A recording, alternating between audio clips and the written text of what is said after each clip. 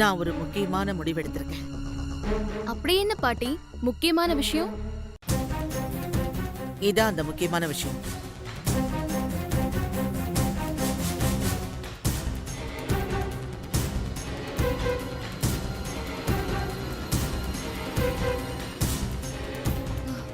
பாட்டி, இது நான் என்கேஜ்மெண்ட் அன்னைக்கு ஜீவா கையில போட்ட மோதிரம். இது எப்படி உங்க கையில வந்துச்சு? பதறாம பேசு தேவி. அது எப்படி பதறாம இருக்க முடியும்?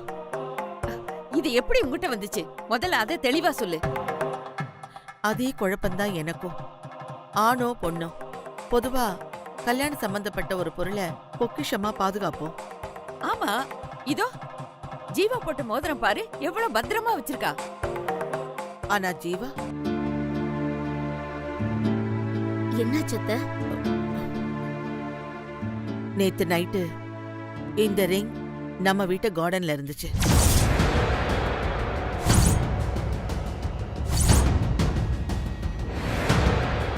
நம்ம கார்டன்ல எப்படி ஜீவாவோட மோதிரம்? நேத்து பூங்குடியும் மாரியும் கபடி விளையாடிட்டு இருந்த இடத்துல ஜீவா வந்து நின்னா.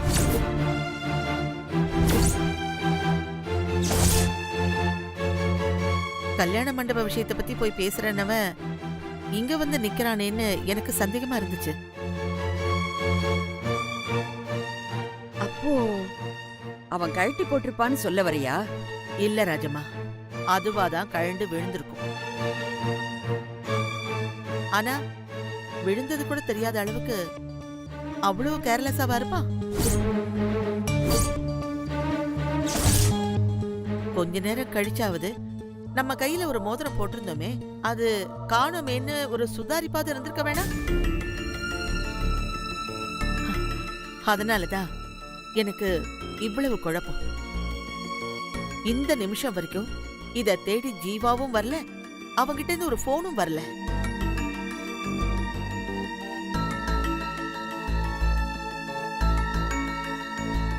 பாட்டி, நான் வேணும்னா போன் பண்ணி சொல்லவா? வேண்டாம். அப்ப என்ன பண்ணலாம்? எனக்கு ஒரு சந்தேகம் இருக்கு. என்ன? ஜீவாவுக்கு இந்த கல்யாணத்துல விருப்பம் இருக்கா இல்லையான்னு எனக்கு சந்தேகமா இருக்கு.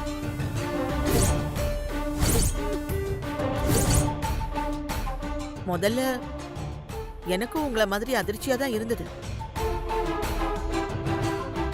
ஆனா வேற வழி இல்ல. நான் சந்தேகப்பட்டது உண்மையா இருந்தா தீபிகா வாழ்க்கைக்கு அர்த்தம் இல்லாம போயிடும், நம்ம குடும்பத்துக்கும் கேவலமா போயிடும்.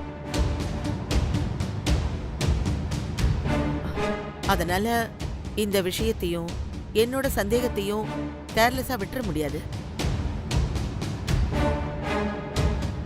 தீபிகா வாழ்க்கையில ஒரு பிரச்சனை வந்தா நாம எப்படி நிம்மதியா இருக்க முடியும்? நீ சொல்றதெல்லாம் சரிதான். ஒரு மோதிரம் உங்ககிட்ட கிடைச்சதுங்கிறதுக்காக இவ்வளவு நெகட்டிவாவா யோசிப்ப? சில விஷயங்கள்ல நமக்கு ஒரு அறிகுறி கிடைக்கும். சுத்தி இருக்கிறவங்க என்ன சொன்னாலும் அத பத்தி நம்ம உள்ளுணர்வு ஒரு ஒபினியன் சொல்லும். அதான் எப்பவுமே கரெக்டா இருக்கும். அப்போ இந்த கல்யாணம் சரியா வராதுன்னு உங்களுக்கு ஏதாவது தோணுதாத்த? இல்ல சீதா, டக்குன்னு அப்படி ஒரு முடிவுக்கு வந்துட முடியாது. அங்க போய் பாப்போம். ஜீவா இந்த மோதிரம் மிஸ் ஆனதை பத்தி ஏதாவது ஐடியாவில் இருக்கானான்னு நேர்ல போய் பார்த்தா தெரிஞ்சிட போகுது.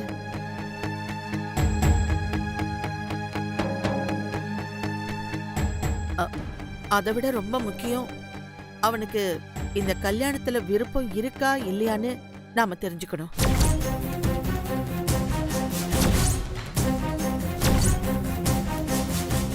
அப்புறம் இன்னொரு முக்கியமான விஷயம், எனக்கு ஜீவா நடவடிக்கையில ஒரு சின்ன சந்தேகம் வந்தாலும் நான் இந்த கல்யாணத்தை நிறுத்திடுவேன்.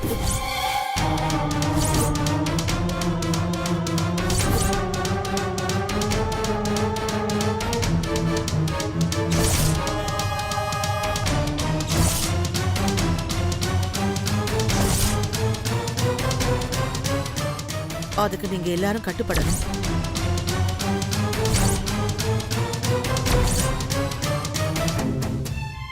அதனாலதான் உங்க எல்லாரையும் அங்க கூட்டிட்டு போறேன். என்ன பார்வதி, ஏதோ சின்ன பொண்ணு மாதிரி யோசிக்கிற. உன் வயசுக்கு ஏத்த மாதிரி யோசிக்க தெரியாதா? கல்யாணம் நெருங்கிட்டு இருக்கு, இப்ப போய் கல்யாணத்தை நிறுத்திடுவேன் அப்படி இப்படின்னு பேசிட்டு இருக்க. இந்த கல்யாணம் நெருங்கி வந்துட்டதால தான் நான் இவ்ளோ தூரம் சொல்லிக்கிட்டு இருக்கேன். ரொம்ப தள்ளி போட்டுட்டோம்னா அப்புறம் ஒண்ணுமே பண்ண முடியாத சூழ்நிலை வந்துரும் ராஜம்மா. என்னமோ பார்வதி, சில சமயம் நீ ஒரு முடிவு எடுக்கிறதுக்கு ரொம்ப லேட் பண்ற. சில நேரத்துல அவசரப்பட்டு முடிவெடுத்துற. என்ன சொல்றதுன்னு எனக்கு புரியல. இத பாருங்க, நான் இந்த முடிவை அவசரப்பட்டு எதுவும் எடுக்கல. அவசியப்பட்டதால தான் இந்த முடிவு எடுத்திருக்கேன்.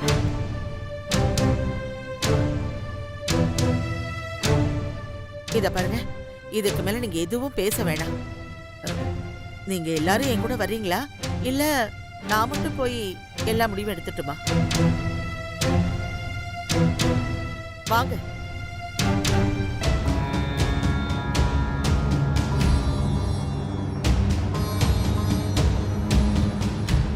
வா.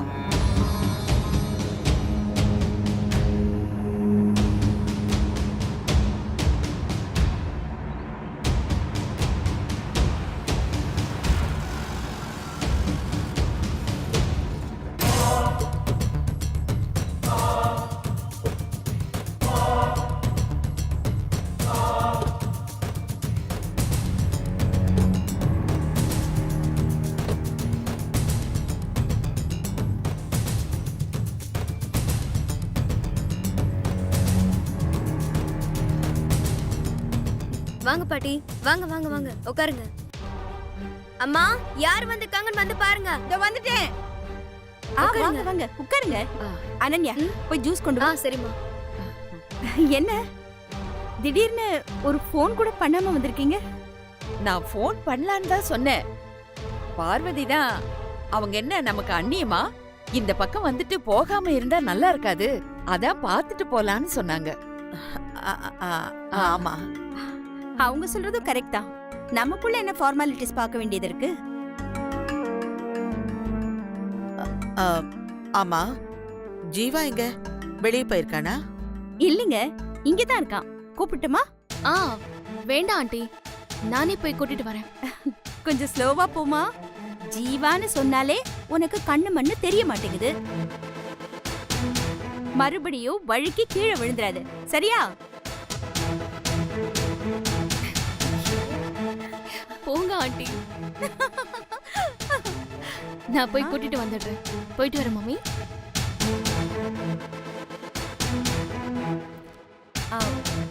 அனன்யா வந்துட்டம்மா. குடுமா. என்ன? தேங்க்யூ.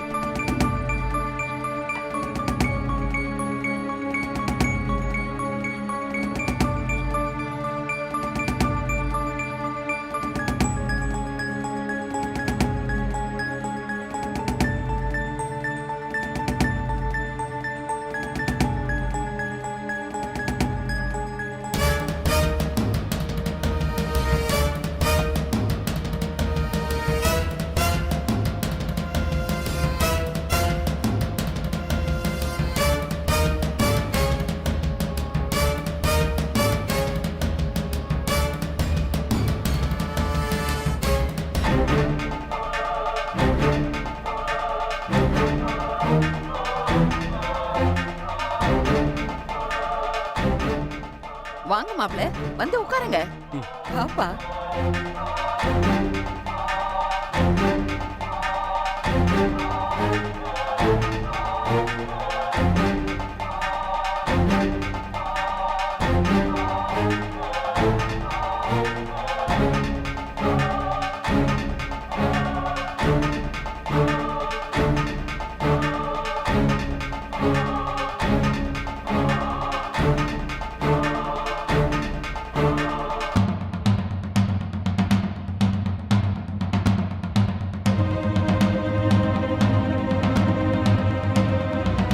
மாப்ள, உங்க கை கொஞ்சம் கொடுங்க பாப்போம்.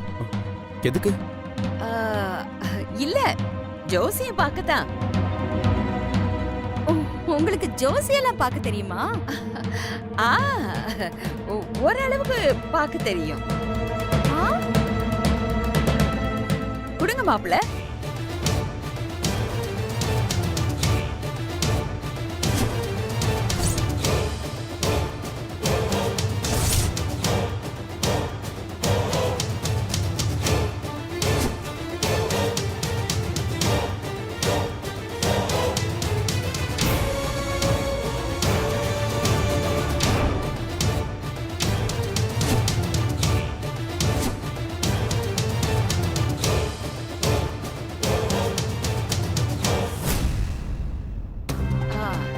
உங்க லைஃப் பிரமாதமா இருக்க போகுது.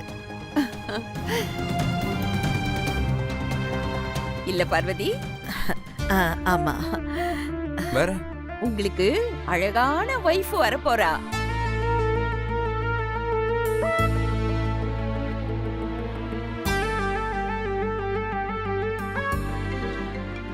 அம்மா அப்பா ஃபோன் கொடுமா. ஒரு நிமிஷம் பேசிட்டு வந்துடுறேன். ஹலோ தீபி, பர்ச்சேஸ் பண்ண போறோம்னு சொன்னமே, மாப்பிளைக்கு என்ன வேணும்னு கேளு, அப்படியே அனன்யாவுக்கு என்ன வேணும்னு கேளு. போங்க, போய் டிஸ்கஸ் பண்ணிட்டு வாங்க. ஓகே வாண்ணா. போங்க வா, மாப்பிள, போங்க. வா.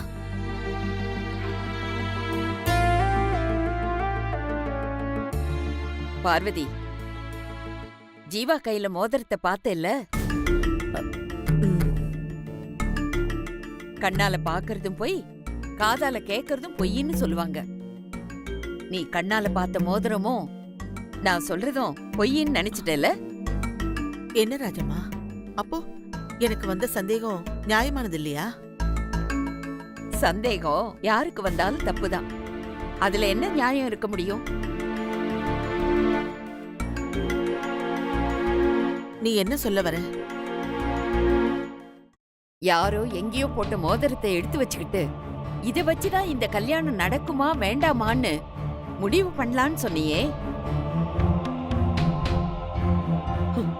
அதை கேட்டுட்டு எனக்கு எவ்வளவு கோவம் வந்துச்சு தெரியுமா? நமக்கு எவ்வளவோ பிரச்சனை இருக்கு, இந்த நேரத்துல நீ வேற புதுசு புதுசா பிரச்சனையை கிளப்பிட்டு இருக்க. ஆனா இந்த மோதிரம் எப்படி என் கையில கிடைச்சது? நீ கையில வச்சிருக்கிறது மாடல் மோதிரம். டிசைன் காட்டுறதுக்காக கொண்டு வந்து கொடுத்தது. அது எங்கேயோ மிஸ் ஆகி கார்டன்ல வந்து விழுந்திருக்கு. அதை எடுத்து கையில வச்சுக்கிட்டு தான் இவ்வளவு பிரச்சனைகளை பண்ணிட்டு இருக்க.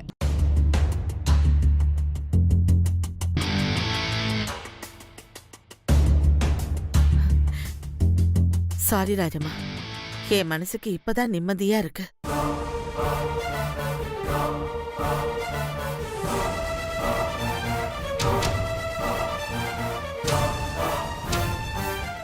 நாளைக்கே மாயா வீட்டுக்கு போய் ஜீவா கிட்ட இந்த மோதிரத்தை பத்தி கேக்குறேன். அவன் மனசுல இந்த கல்யாணத்தை பத்தி என்ன அபிப்பிராயம் இருக்குன்னு நாம தெரிஞ்சுக்கணும். அதுக்கப்புறம் தான் ஒரு ஸ்ட்ராங்கான முடிவு எடுக்கணும்னு நான் நினைக்கிறேன்.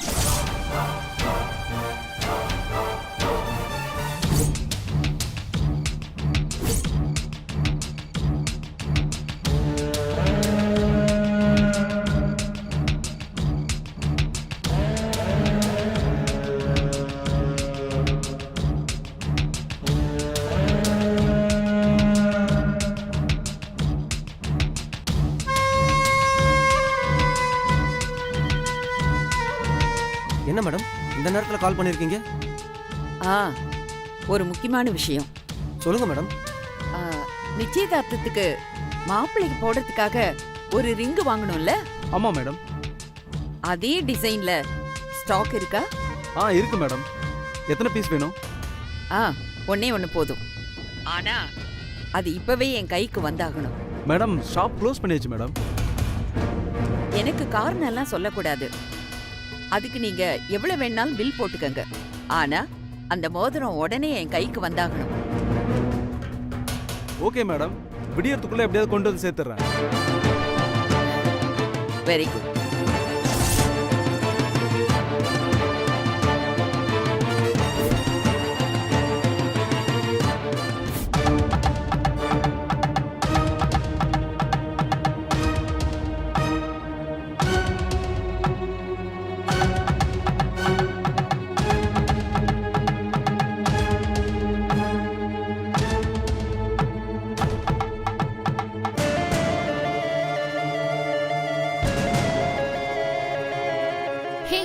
ஹாய் ஜீவா. ஹாய். ஆ, என்ன நான் வந்தது கூட தெரியாம அப்படி என்ன பார்த்துட்டு இருக்க போன்ல? சாரி, சும்மாதான். பாத்தியா, நான் உனக்கு ஆசையா போட்ட ரிங்கு இங்க இருக்கு. ஓ சாரி, லூஸா இருந்துச்சா? கரண்ட் போல இருக்கு. கொடு, நானே போட்டு விடுறேன். இனிமே பத்திரமா வச்சுக்கணும். ம் ஓகே. சரி வா, உன்னை பார்க்க கிராணி பாட்டி எல்லாரும் வந்திருக்காங்க. வா போலாம். போலாம்.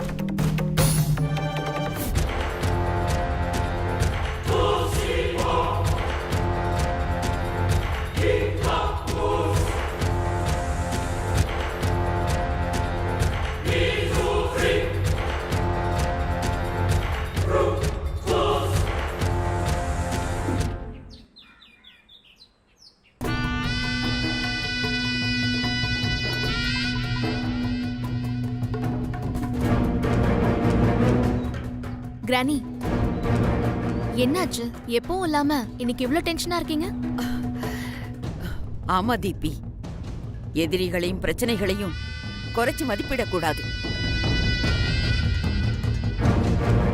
என்னத்த சொல்றீங்க?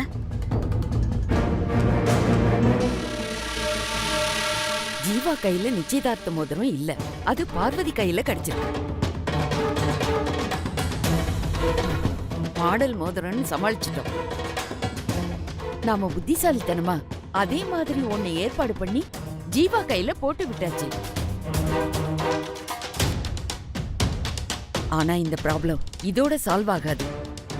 இனிமேதான் பெரிய பிரச்சனை இருக்கு.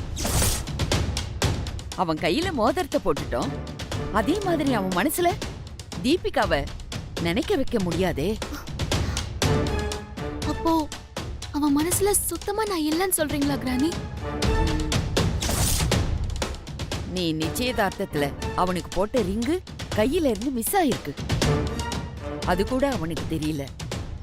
அப்போ அவன் எந்த ஞாபகத்துல இருந்திருப்பான்? ஆமா அத்தை, நிச்சய மோதிரம் காணாம போச்சுன்னு உடனே அவன் எப்படி தேடி இருக்கணும்? Something wrong. சம்திங் இல்ல, கம்ப்ளீட்லி ராங். இது இப்படியே போச்சுன்னா இந்த கல்யாணம் நிச்சயதார்த்தம் பண்ண மாதிரி தீபிகாவுக்கும் ஜீவாவுக்கும் நடக்காது.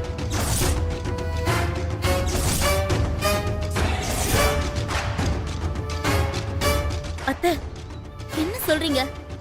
அப்படி ஒண்ணு நடந்தா என்னாலேயே தாங்கிக்க முடியாது. தீபிகா எப்படி தாங்கிப்பா?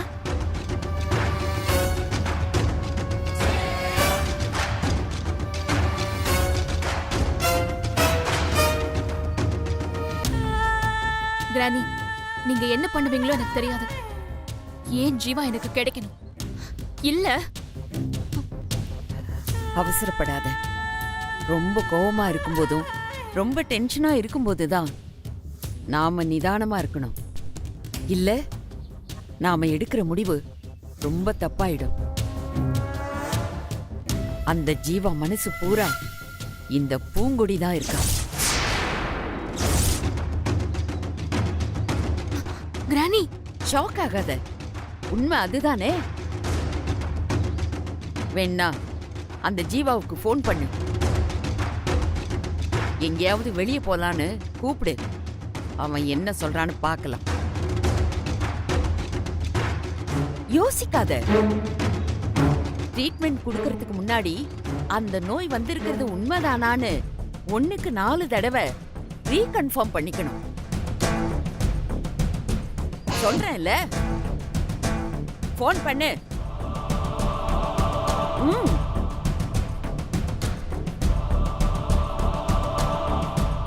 ஸ்பீக்கர்ல போடு.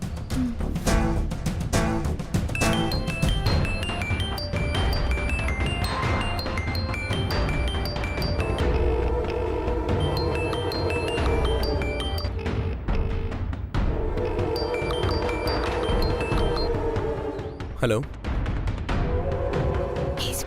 ஹாய் ஜீவா. என் நம்பரை நீ சேவ் பண்ணி வச்சிருக்கல? ஏன் அப்படி கேக்குற? இல்ல, இவ்ளோ நேரம் ரிங் போயிட்டு இருந்துச்சு, அதான் கேட்டேன். இல்ல, கொஞ்சம் பிஸியா இருந்தேன். சொல்லு. நீ பிஸியா இருக்கும் போதெல்லாம் நான் ஃபோன் பண்றேனா, இல்ல நான் ஃபோன் பண்ணும்போதெல்லாம் நீ பிஸியா இருக்கியா? ஓ சாரி. நீ நினைக்கிற மாதிரிலாம் ஒன்றும் இல்லை. Okay nice. சரி நம்ம இப்போ ஏதாச்சும் மூவிக்கு போலாமா? மூவிக்கா? ஆ மூவிக்கு தான். 4 ஹவர்ஸ்க்கு மேலே ஆகும். இப்போ என்னால் அவ்வளோ டைம் ஸ்பெண்ட் பண்ண முடியாது தீபிகா.